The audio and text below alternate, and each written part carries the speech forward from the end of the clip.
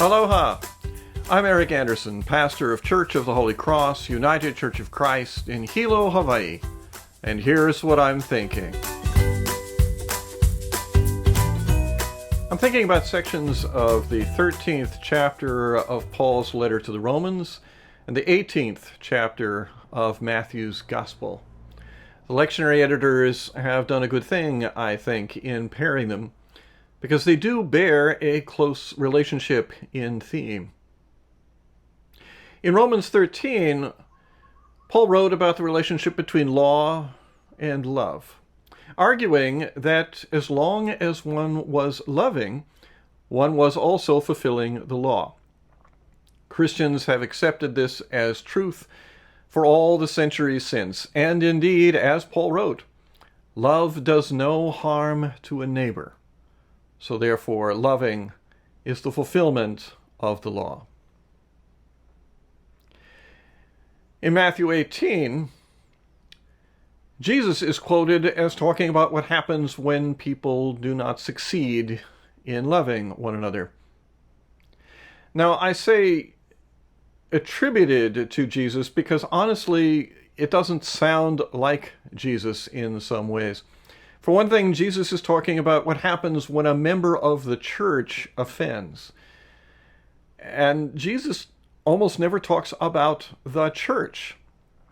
The church as a word is something that appeared later on, some decades after he had risen and then ascended. So this appears to be something based on a memory of Jesus, but which has been considerably reworked in the years between Jesus' departure and the writing of Matthew's Gospel. But you're probably familiar with it. If somebody offends you, first try and work it out with them. If that doesn't work, then you bring 2 or 3 other members of the church. If that doesn't work, you bring it to the whole body. And if that person is still unwilling to make it right with you, well, then let them be as a Gentile and a tax collector. These 3 stages have, in fact, been taken as exceptionally good advice, and again, with good reason. Working it out one-on-one, working it out with the support of 1 or 2, working it out with the community.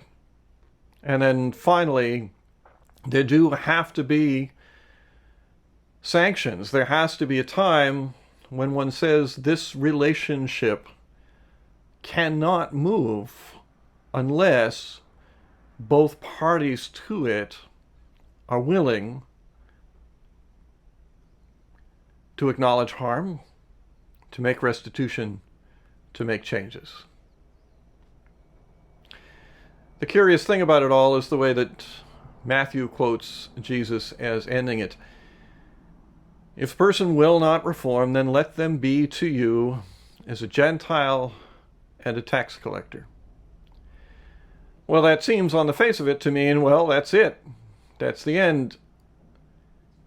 Except remember how Jesus dealt with Gentiles and tax collectors. For Jesus, those were the people at the edges whom he invited into this new community of religious devotion, but also of radical love. And so I think in Matthew 18, what we're looking at here is not the end of a relationship, but rather the necessity for a new beginning.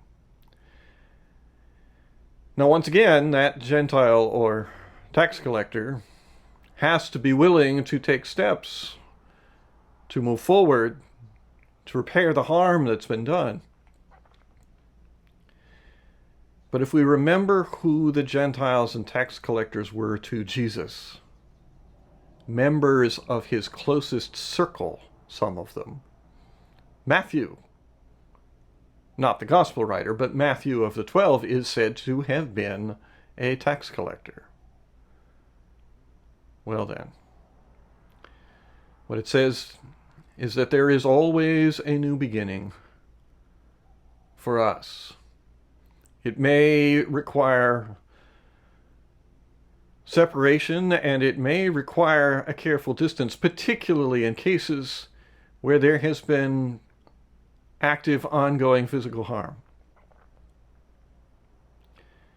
But because of repentance, because of change, because human beings can commit themselves to new ways of living, there can always be another beginning. Well, that's what I'm thinking. I'm curious to hear what you're thinking. So send me an email or leave me your thoughts in the comments section below. I'd love to hear from you. From Church of the Holy Cross, UCC, in Hilo, Hawaii, that's what I'm thinking.